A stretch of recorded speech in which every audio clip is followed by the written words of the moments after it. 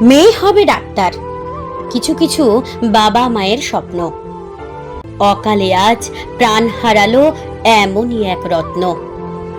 মেয়ে ডাক্তার হবে, থাকবে সুরক্ষিত। কোথায় সুরক্ষিত? তিলোত্তমার মৃত্যুতে সবার গা শিহরিত। সব বাবা মারা আজ আতঙ্কিত।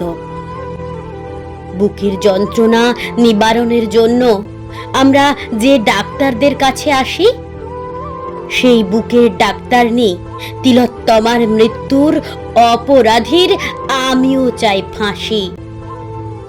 বুকের রোগীর ডাক্তারনি হতে আরজিকর সরকারি হাসপাতালে আসে। সেই আরজিকরের সেমিনার ঘরে তারই বুকের রক্ত ভাসে। তিলোত্তমার দেহ পাওয়া যায় বিবস্ত্র বেশে। ডাক্তারনি হতে এসে ধর্ষণ হয়ে মরতে হলো এই অরাজকতার দেশে। বুকে যন্ত্রণা, সারা শরীরে আঘাতের ক্ষতচিহ্ন। কোন নিষ্ঠুর বর্বর পশুর ধর্ষণের শিকার হয়ে সারা শরীর আজ তার ছিন্ন ভিন্ন। গলার হাড় ভাঙা, গোপনাঙ্গে ক্ষত, সারা শরীরে আঘাতের দাগ, হাতে পায়ে ঠোঁটে লেগে আছে রক্ত। ব্যস্ততম সরকারি হাসপাতালে সকাল বিকাল সন্ধ্যা রাতে রোগী ও রোগীর বাড়ির লোকে লোকারণ্য। সেই হাসপাতালে কি করে হলো এত নিম্নমানের কাজ, অতি জঘন্য? হাসপাতালে নেই কোনো মহিলা ডাক্তারের নিরাপত্তা। রোগীর বাড়ির লোক রোগীকে হাসপাতালে দিয়ে কি করে রাখবেন আস্থা? আরজিকর সরকারি হাসপাতালে মেয়েদের নেই কোনো নিরাপত্তার সুব্যবস্থা। স্বাধীন ভারতে আজও মেয়েরা পরাধীন, মেয়েরা আজও হতে পারেনি স্বাধীন। মেয়েদের সঠিক নিরাপত্তার খুব দরকার।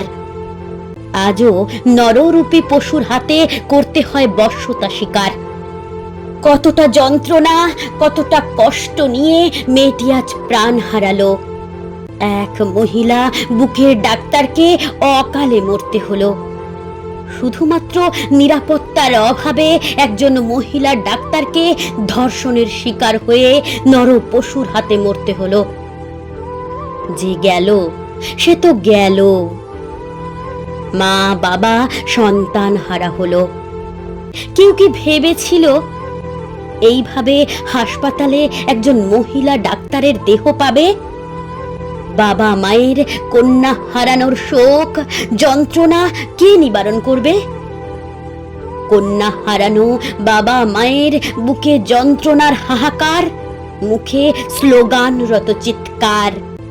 মেয়ের হত্যাকারীর সুবিচার চাই, মেয়ের ধর্ষণকারীর শাস্তি চাই, ধর্ষণকারীর ফাঁসি চাই।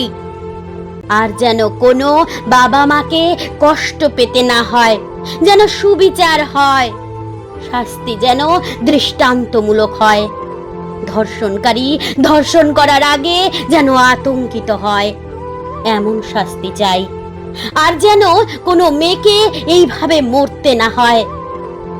সরকারের কাছে এই অনুরোধ, আর কোনো মা, মেয়ে, বোন, দিদিদের যেন এইভাবে না হয় ধর্ষণ, না হয় শ্বাসরোধ।